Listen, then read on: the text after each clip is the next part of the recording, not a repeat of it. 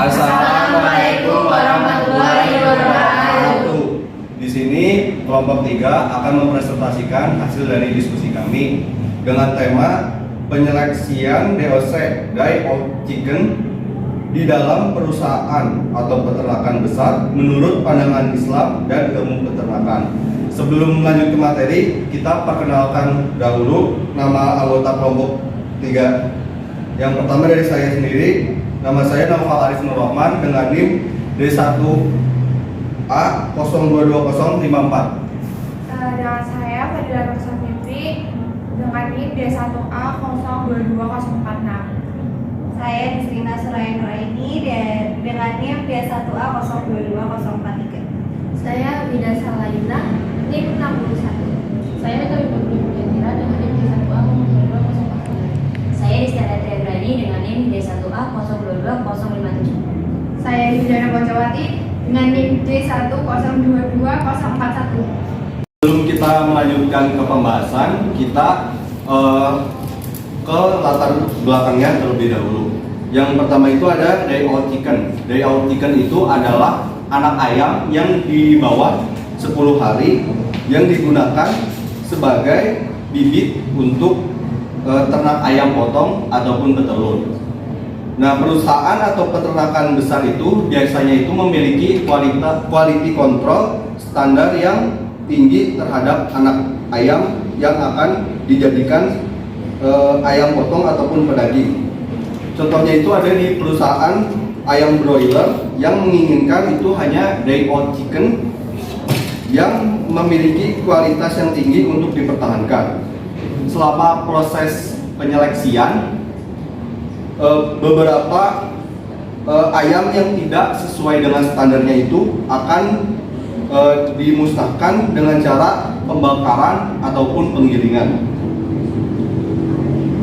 Sementara Islam itu memiliki panduan dalam pemotongan ayam. Nah, apabila ayam DOC yang dibunuh ini tidak sesuai gitu dengan cara Islam, karena menghabiskan banyak waktu, bagaimana Islam dan ilmu peternakan memandang hal tersebut? Analisis berdasarkan pandangan Islam. Yang pertama, ada pluralitas atau keragaman yang kerap kali digunakan adalah mengenai keragaman suku, bahasa, adat istiadat, dan agama. Pluralitas yang lebih luas dan mendasar, yakni pluralitas antar sesama makhluk, seringkali luput dari perhatian kita. Dan manusia sebagai makhluk ciptaan Allah berdampingan dengan makhluk lain, semisal binatang dan tumbuhan, yang jumlahnya tak kalah banyak jika dibandingkan dengan jumlah manusia. Selain binatang dan tumbuhan, dalam kepercayaan agama juga dikenal sebagai bangsa jin, yaitu makhluk tak kasat mata yang juga hidup berdampingan dengan manusia, dan meski keberadaan mereka tidak dapat dirasakan secara langsung. Dan menurut Syekh Wahbah Al-Zuhali dalam uraian tafsir surat Al-An'am ayat 38, yaitu etika memperlakukan binatang, mengatakan bahwa hewan memiliki kedudukan yang sama dengan manusia sebagai sesama makhluk Allah Subhanahu wa taala. Dalam hal penciptaan dan jaminan rezekinya, atas dasar persamaan tersebut manusia dilarang berbuat zalim dan memperlakukan hewan melampaui batas dari apa yang telah diperintahkan syariat, seperti menyakiti, memukul tanpa sebab yang dibenarkan, dan menyiksanya. Profesor Quraisyah mengungkapkan salah satu pesan tersirat dari Al-Quran bahwa binatang-binatang itu seperti umat manusia juga adalah tuntutan untuk memperlakukan baik terhadap binatang. Di antaranya juga Rasulullah pernah berpesan bahwa melakukan penyembelihan hewan dengan pisau tajam yang telah diasah sebelumnya. Jika ingin menyembelih hewan dan membunuhnya, maka ia melakukan dengan baik, karena Rasulullah bersabda, sesungguhnya Allah mewajibkan berbuat baik kepada segala hal. Oleh karena itu, jika kalian membunuh, maka bunuhlah dengan baik. Jika kalian menyembelih, maka sembelihlah dengan baik. Hendaklah salah seorang dan kalian menenangkan hewan yang akan disembelihnya dan menajamkan pisaunya. Hadis riwayat Muslim, At-Tirmizi, An-Nasai, Abu Daud, dan Ahmad. tidak menyiksa dengan cara-cara menyiksa apapun, melaparkannya atau meletakkannya pada muatan yang tidak mampu diangkut atau menembaknya dengan api. Karena dalil berikut. Rasulullah SAW bersabda, seseorang wanita masuk neraka karena kucing. Ia menahan hingga mati. Ia masuk neraka karenanya karena ia tidak memberinya makan, sebab ia menahannya dan tidak membiarkannya makan serangga-serangga tanah. Diriwayatkan dari Al-Bukhari. Rasulullah berjalan melewati rumah semut yang terbakar. Kemudian dia bersabda, sesungguhnya siapapun tidak pantas menyiksa dengan api kecuali pemilik api itu sendiri. Diriwayatkan dari Abu Daud. Hadis ini sahih. Menurut hadis riwayat Abu Dawud menyebutkan bahwa sesungguhnya tidak ada yang berhak menyiksa dengan api selain Rob, Tuhan milik api. Hal ini juga dijelaskan dalam Quran Surat An-Nahl ayat 78 yang memiliki arti, tidakkah mereka memperhatikan burung-burung yang dimudahkan terbang di angkasa? Tidak ada yang menahannya selain Allah Subhanahu wa Ta'ala. Sesungguhnya pada demikian itu benar-benar terdapat tanda-tanda kebesaran Allah bagi orang-orang yang beriman. Di Brazil juga terdapat pemusnahan 7 juta ayam jantan setiap tahunnya. Hal ini dikarenakan ayam jantan itu tidak bisa bertelur. Pertumbuhan ayam jantan juga relatif lebih lama daripada ayam-ayam yang lainnya, serta pemberian makan pada ayam jantan ini memiliki porsi yang sama dengan pemberian makan pada ayam pedaging, sehingga hal ini tidak terlalu diinginkan oleh dunia peternakan. Ukuran mereka juga terlalu kecil ketimbang ayam yang biasanya disembelih. Pemusnahan ayam jantan ini segera sesudah menetas merupakan praktik yang merupakan hal yang sudah biasa dalam dunia peternakan atau dalam produksi makanan di seluruh dunia. Begitu pula dengan metode penghancuran mekanis, hal ini juga metode yang digunakan di seluruh dunia sehingga hal ini juga dianggap biasa. Metode penghancuran ini diterapkan karena belum ada solusi lain yang bisa diadaptasi dalam skala besar. Dr. Hewan Fania Pajano yang juga Direktur Nasional Faculty of Medicine and Animal Protection of Brazil menyatakan ini adalah masalah etis yang mendesak. Katanya kita membunuh hewan karena mereka lahir dengan jenis kelamin yang kita tidak sukai. Padahal menurutnya kesejahteraan hewan termasuk hal yang penting diperhatikan. Juga Asosiasi Protein Hewan Brazil atau ABPA mengatakan bahwa metode ini diterapkan banyak negara dan dianggap manusiawi. Pernyataan dari Direktur Departemen Kesehatan Hewan Kementerian Pertanian Brazil, Gerardo Marcos de Moraes, bulan Agustus 2019 menyatakan adanya keinginan mengurangi praktik ini sekaligus menggambarkan kesulitan langkah tersebut untuk mengadopsi praktik yang baik dalam industri peternakan, termasuk pemusnahan anak ayam berumur sehari. Penting untuk mengubah budaya dan kesadaran para peternak. Untuk selanjutnya, semacam penggilingan. Ketika telur menetas, seorang pekerja terlatih akan mengidentifikasi jenis kelamin anak ayam, memisahkan anak ayam yang jantan dan betina. Katanya, mereka dimasukkan ke dalam semacam penggilingan. Proses pemusnahan ini disebut maturation dalam industri. Metode ini menurut panduan dari Dewan Kedokteran Hewan Brazil menggunakan bilah tajam yang bergerak cepat, menghancurkan jaringan dan menghasilkan kematian cepat pada sekelompok hewan kecil. Metode penghancuran seperti ini setara dengan pemenggalan. Keuntungannya adalah kematian yang cepat dan kemungkinan penerapan pada sejumlah besar hewan.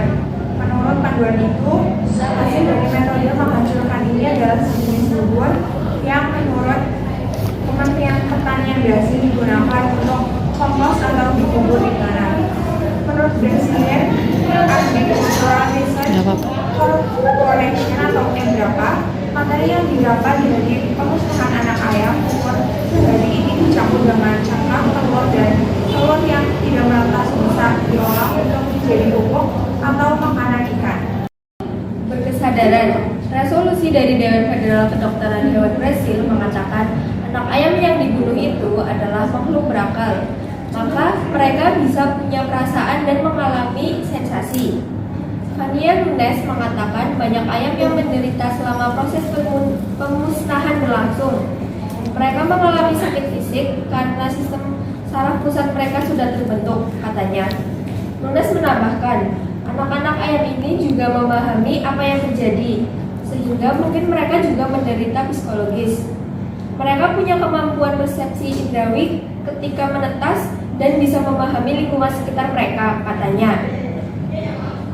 Fabiana Ferreira, Profesor Zooteknis di University of Minas Gerais, mengatakan jika mesin itu dipasang dengan baik dan bekerja dengan kapasitas yang tepat, prosesnya akan cepat dan selama ini tak ada kesalahan yang tercatat.